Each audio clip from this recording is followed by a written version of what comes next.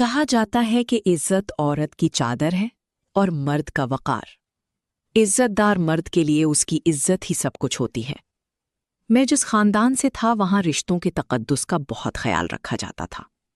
ہم 2 بھائی تھے، ایک میں اور ایک میرا بھائی کیف، جو مجھ سے 5 سال بڑا تھا۔ بہن کوئی نہیں تھی۔ شروع سے ہی مجھے یہ کمی بہت محسوس ہوتی تھی۔ کیف بھائی کی شادی کو بھی 2 سال ہو چکے تھے۔ میری بھابھی مجھ سے 3 سال بڑی تھی۔ میری بہن تو تھی نہیں، اس لیے میں انہیں ہی اپنی بہن کی طرح سمجھتا تھا۔ رابعہ بھابھی کا رویہ بھی مجھ سے بڑی بہنوں جیسا تھا۔ وہ مجھے چھوٹا بھائی سمجھتی تھی، لیکن نہ جانے کیوں کچھ ماہ سے میرے ساتھ عجیب و غریب باتیں رونما ہونے لگی تھیں۔ بھابھی سے میرا مذاق کا رشتہ ان کی شادی کے اول روز سے ہی تھا، جیسے اکثر گھروں میں ہو جاتا ہے۔ میں کیف بھائی کے نام سے انہیں تنگ کرنے لگا تھا۔ کبھی کبھی یہ کہہ دیتا کہ میرا بھائی معصوم ہے، لیکن اسے بیوی بہت چالاک مل گئی۔ کبھی کہتا کہ آپ تو میرے ساتھ زیادہ جچتی ہیں، افسوس آپ کی شادی بھائی سے ہو گئی۔ میں یہ باتیں انہیں اپنی امی کے سامنے ہی کہہ دیتا تھا، وہ بھی ہنسی میں ٹال جاتی تھیں۔ کبھی کبھی یہ کہہ دیتی کہ ہاں مجھے بھی افسوس ہے، میں نے کیف کی تصویر دیکھ کر ہاں کر دی، کاش کہ تمہاری بھی تصویر ساتھ ہوتی تو آج ہم دونوں کو پچھتانا نہیں پڑتا۔ اور یہ بات وہ بھائی کے سامنے ہی مذاق کے اندر کہتی تھی۔ بھائی بھی ہنس دیتے۔ میں ہمیشہ بھابھی کو عزت کی نگاہ سے دیکھتا تھا۔ چند ماہ پہلے بھائی کی کمپنی نے انہیں اپنی دبئی والی شاخ میں بھیج دیا۔ 6 مہینے وہیں کام کرنا تھا۔ جس دن سے بھابھی کو یہ پتا چلا کہ بھائی دبئی جانے والے ہیں، وہ رونے لگی تھی، بہت اداس ہو گئی تھی۔ ظاہر ہے یہ تو فطری سی بات ہے، بیوی شوہر کی جدائی پر اداس ہو جاتی ہے۔ لیکن میں نے بھابھی سے کہا کہ بس 6 ماہ کی تو بات ہے، بھائی واپس آ جائیں گے، پھر میں بھی تو ہوں، آپ کو اداس نہیں ہونے دوں گا۔ کیف بھائی نے بھی بھابھی سے کہا کہ وہ روز ان سے فون پر بات کیا کریں گے۔ بھائی دبئی چلے گئے تو پھر مجھے بھی اس بات کا احساس ہوا کہ بھائی کے بغیر تو ہمارا گھر سونا سونا سا ہو گیا ہے، لیکن پھر بھی میں بھابھی سے باتیں کرتا رہتا۔ پہل تو وہ روتی رہتی تھی، بھابھی بھائی کو بہت یاد کرتی تھی۔ 2 دن اگر بھائی کا فون نہ آتا تو وہ فکر مند ہونے لگتی تھی۔ بھائی کو گئے کچھ دن ہوئے تو بھابھی کا رویہ میرے ساتھ بدلنے لگا۔ میں آفس سے آ کر کھانا کھاتے ہی باہر دوستوں میں چلا جاتا تھا۔ مین گیٹ کی چابی میرے پاس ہوتی تھی، اس لیے میں لیٹ دوستوں میں بیٹھ کر ہی گھر واپس آتا تھا اور آ کر اپنے کمرے میں سو جاتا تھا۔ لیکن ایک بار میں گھر میں داخل ہوا تو بھابھی صحن میں کھڑی تھی، مجھے دیکھ کر مسکرانے لگی، کہنے لگی یہ تم اتنی دیر تک باہر کیوں رہتے ہو؟ مجھے ان کی بات پر حیرت سی ہوئی، کیونکہ پہلے انہوں نے مجھ سے کبھی یہ سوال نہیں کیا تھا، کبھی میرے آنے جانے پر سوال نہیں کیا تھا۔ میں شادی شدہ بھی نہیں تھا، اس لیے میں اپنی مرضی کرتا تھا۔ ہمارے دوستوں کا گروپ تھا اور ہم آپس میں مصروف ہوتے تھے۔ تقریباً سبھی کمارے تھے، اس لیے رات کو دیر تک بیٹھے گپے لگاتے رہتے تھے۔ میں نے کہا آپ کیوں جاگ رہی ہیں؟ میری تو یہی روٹین ہے۔ میرا انداز مدافعانہ تھا، لیکن میری حیرت کی انتہا نہ رہی۔ بھابھی میرے منہ کے بہت قریب آ گئیں، پھر میری شرٹ سونگھنے لگیں۔ میں تو ڈر کے پیچھے ہٹا، یہ کون سا انداز تھا ان کا؟ میں نے ہنسی اور غصے کے ملے جلے انداز سے انہیں دیکھا تو وہ مجھے گھور کر کہنے لگیں تم سگریٹ پینے لگے ہو، مجھے تمہارے کپڑوں سے سگریٹ کی بو آ رہی ہے، تم بات کر رہے ہو تو تمہارے منہ سے بھی سگریٹ کی بدبو آ رہی ہے۔ میں ان کی بات سن کر پہلے تو گھبرا گیا، لیکن پھر سنبھل کر بولا کیا ہو گیا بھابھی آپ کو؟ میں کیوں سگریٹ پینے لگا؟ ہمارے گھر میں کوئی بھی مرد سگریٹ نہیں پیتا تھا۔ ہماری والدہ نے ہمیشہ اس بات پر ہم دونوں بھائیوں پر سختی کی تھی۔ اس لیے میں نے بھابھی کی بات سن کر کہا نہیں۔ وہ کہنے لگی تم جھوٹ بول رہے ہو مجھ سے، اگر تم نے سگریٹ نہیں پی تو پھر مجھے شک دور کرنے کیوں نہیں دے رہے ہو؟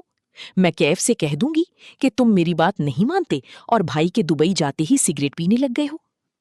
وہ اونچے لہجے میں بات کر رہی تھی، میں تو ان کی اس انداز کو دیکھ کر حیران تھا۔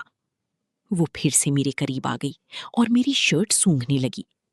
میں نے انہیں اس لیے بھی نہیں روکا کہ بلند لہجے پر کہیں میری امی نہ اٹھ جائیں، ورنہ وہ یہی سمجھیں گی کہ میں سگریٹ پی کے آیا ہوں، کیونکہ بھابھی کا ملنسار رویہ میری ماں کو اپنا گرویدہ بنا چکا تھا۔ میں بری طرح سے حیران رہ گیا جب رابعہ پھر شرٹ سونگھتے ہوئی میرے گلے سے لگ گئی۔ میں نے فوراً خود سے جدا کیا۔ وہ خوف زدہ ہو کر کہنے لگی، وہ دیکھو سامنے چھپکلی، فہد مجھے بہت ڈر لگ رہا ہے چھپکلی سے۔ میں نے دیکھا دیوار کو کونے چھپکلی تھی۔ میرا غصہ اسی وقت ختم ہوا تھا کیونکہ وہ واقعی چھپکلی سے ڈرتی تھی۔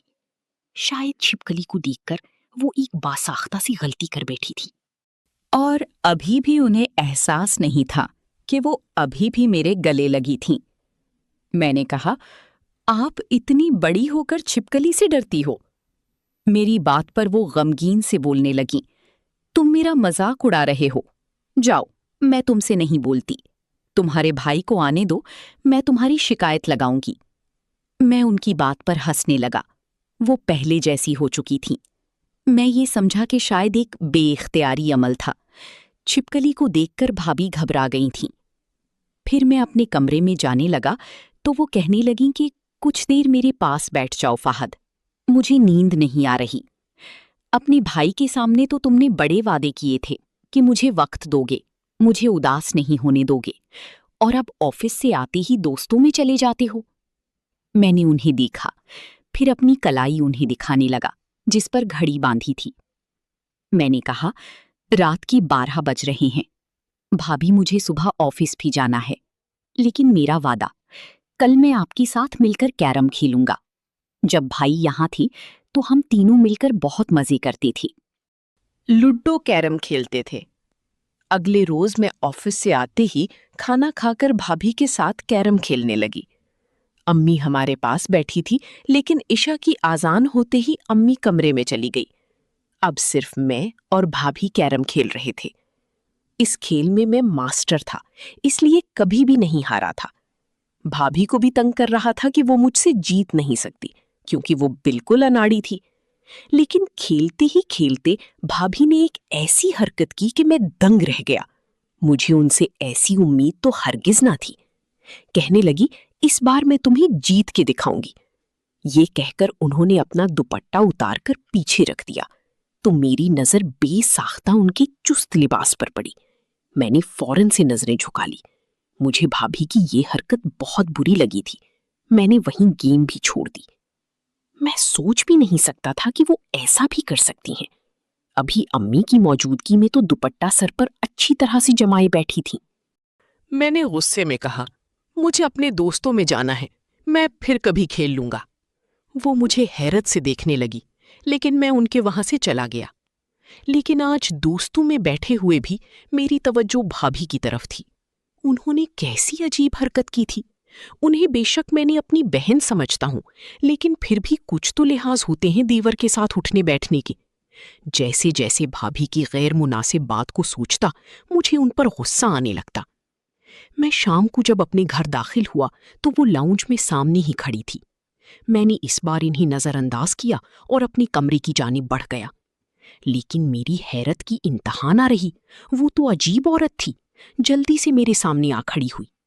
ان کو اس طرح ایک دم اپنے سامنے کھڑی ہو کر راستہ روکنے پر میں حیران بھی ہوا اور ایک دم پیچھے بھی ہٹا، ورنہ تو ان کے ساتھ بری طرح سے ٹکرا جاتا۔ وہ کہنے لگی، تم ابھی تک سوئی نہیں؟ مجھے نیند نہیں آ رہی، اس لیے مجھ سے بات کرو۔ میں نے غصے سے سرخ ہوتی آنکھوں سے انہیں دیکھا اور کہا، آپ ہوتی کون ہیں مجھ پر روب جمانے والی؟ میں کسی کی مرضی پر نہیں چلتا۔ آج کے بعد جب میں اس وقت گھر لوٹوں تو آپ مجھے یوں باہر کھڑی نظر نہ آئیں، اور آپ نے دل ہی لگانا ہے تو بھائی سے فون پر بات کر لیا کریں۔ میری بات پر ان کا چہرہ غصے سے ٹمٹمانے لگا۔ میں بھی غصے سے اپنے کمرے میں چلا گیا۔ میں تو پہلے ہی ان کی آج کی حرکت پر غصہ تھا۔ وہ غیر محرم کے سامنے اپنی زینت کو چھپائے رکھنے کی بجائے دکھانے کی کوشش کر رہی تھی۔ بے شک وہ میرے لیے قابل احترام تھی، میری بہن بنی ہوئی تھی، لیکن تھی تو غیر محرم ہی، اور ہمارے دین میں بھی تو بہن بھائی جب سن بلاغت میں پہنچ جائیں تو فاصلے کا حکم ہے۔ تو وہ میری سگی بہن بھی نہیں تھی۔ لیکن مجھے نہیں پتا تھا کہ میری بھابھی میری اس جائز بات پر بھی مجھ سے بدلہ لیں گی۔ اس عورت نے تو مجھے برباد کر کے ہی رکھ دیا تھا۔ کون کہتا ہے کہ صرف مرد ہی ظالم ہوتے ہیں؟ ہر بات میں عورت ہی مظلوم نہیں ہوتی، اور جب وہ برباد کرنے پر آ جائے تو برباد کر کے رکھ دیتی ہے۔ اس کے بعد تو میری بھابھی نے مجھ سے بات کرنا ہی چھوڑ دی۔ میں نے بھی شکر کیا، لیکن ایک دن جو میرے ساتھ ہوا اس نے میرے رونگٹے کھڑے کر دیے۔ میں رات کے وقت سویا ہوا تھا اور نیند کے معاملے میں ایسا تھا کہ جب ایک بار سو گیا تو پھر تیز الارم کی گھنٹی پر بھی میری بامشکل ہی آنکھ کھلتی تھی۔ اس وقت بھی میں گہری نیند میں تھا جب ایک خوشبو میرے ناک سے ٹکرائی اور مجھے ہوش سے غافل کر گئی۔ یہ کہنا شاید عجیب سی بات لگے گی، لیکن یہ سچ تھا کہ جب میری آنکھ کھلی تو مجھے یہ لگا کہ میرے ساتھ کچھ نازیبا سی حرکت ہوئی ہے یا میرے ساتھ کچھ غلط ہوا تھا۔ میرا سر بھی چکرا رہا تھا۔ میں بامشکل اپنے سر کو پکڑ اٹھ کر بیٹھا تھا کہ مجھے بے تحاشا نیند آ رہی تھی۔ میں سمجھ نہیں پا رہا تھا، میری آنکھیں نہیں کھل رہی تھیں، لیکن مجھے آفس بھی جانا تھا۔ میں جیسے ہی بیڈ سے اٹھ کر کھڑا ہوا، میں چکرا کر دوبارہ بیڈ پر گر پڑا۔ میں پھر سے سو چکا تھا۔ جب دوبارہ میری آنکھ کھلی تو دن کے 12 بج چکے تھے۔ میرے پاس میری والدہ بیٹھی تھی، کافی فکر مند تھی۔ مجھ سے کہنے لگی، تمہاری طبیعت ٹھیک تو ہے؟ میں نے صبح تمہیں بہت جگایا کہ تم نے آفس جانا ہے، لیکن تم تو یوں تھے جیسے ہوش کھو چکے ہو۔ میں بہت پریشان ہو گیا تھا۔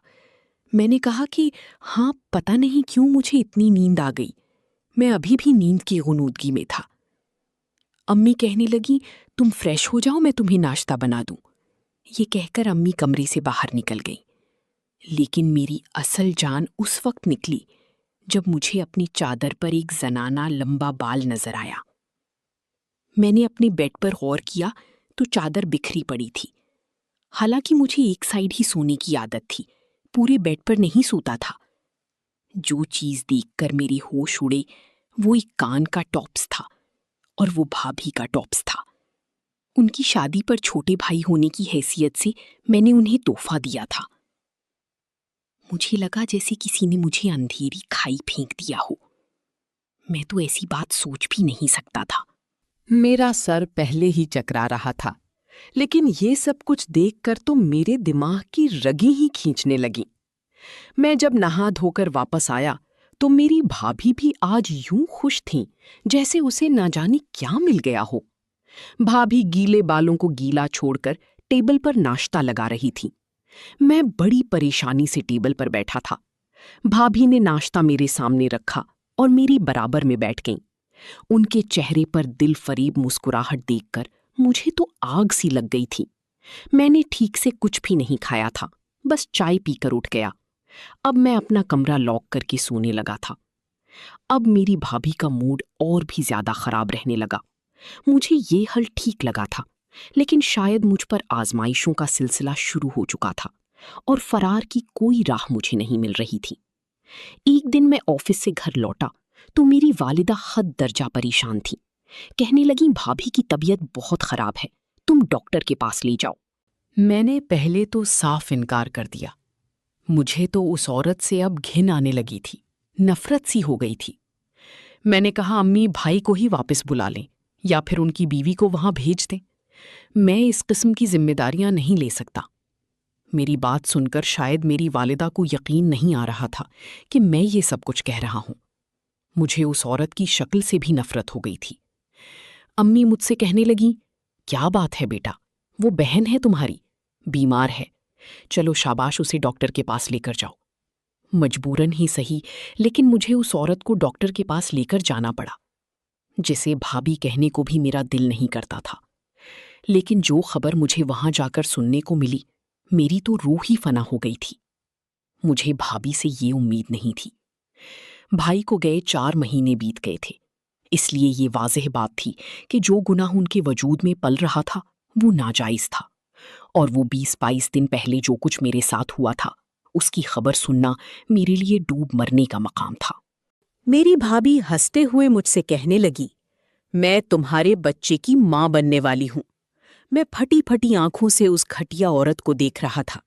پھر وہ مسکرا کر کہنے لگی، اب یہ مت کہنا کہ یہ جھوٹ ہے، میں اپنا ٹاپس تمہارے بستر پر چھوڑ کر آئی تھی۔